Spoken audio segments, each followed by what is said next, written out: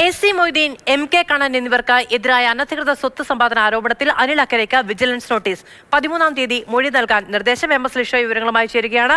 ലിഷോയ്, ഈ കാര്യങ്ങളിൽ അനിൽ അക്കര വളരെ സജീവമായിരുന്നു, പരാതി നൽകുന്ന അടക്കമുള്ള കാര്യങ്ങളുമായി മുന്നോട്ട് പോയിരുന്നു. ഇപ്പോൾ എന്ന് ചോദ്യം ചെയ്യാനാണ് വിജിലൻസ് നോട്ടീസ് നൽകിയിരിക്കുന്നത്?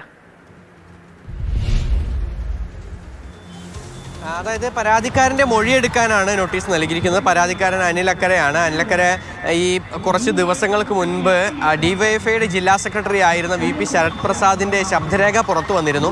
ആ ശബ്ദരേഖയിൽ ഏറ്റവും പ്രധാനമായും ഉന്നയിച്ചിരുന്ന ആരോപണങ്ങൾ എന്ന് പറയുന്നത് ജില്ലയിലെ മുതിർന്ന നേതാക്കൾക്ക് വലിയ സാമ്പത്തിക ഇടപാടുകൾ ഉണ്ട് എന്നുൾപ്പെടെയുള്ള തരത്തിലേക്കുള്ള ഒരു ശബ്ദരേഖയായിരുന്നു.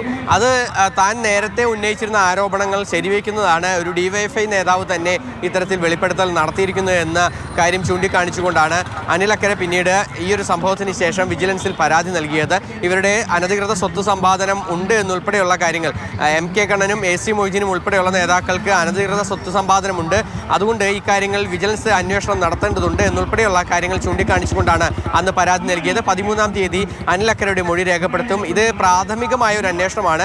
ഈ പ്രാഥമിക അന്വേഷണത്തിൽ കഴമ്പുണ്ട് എന്ന് കണ്ടാൽ മാത്രമേ വിജിലൻസ് കേസെടുക്കുകയുള്ളൂ. നിലവിൽ കേസെടുക്കുന്ന നടപടിക്രമങ്ങളിലേക്ക് വിജിലൻസ് കടന്നിട്ടില്ല.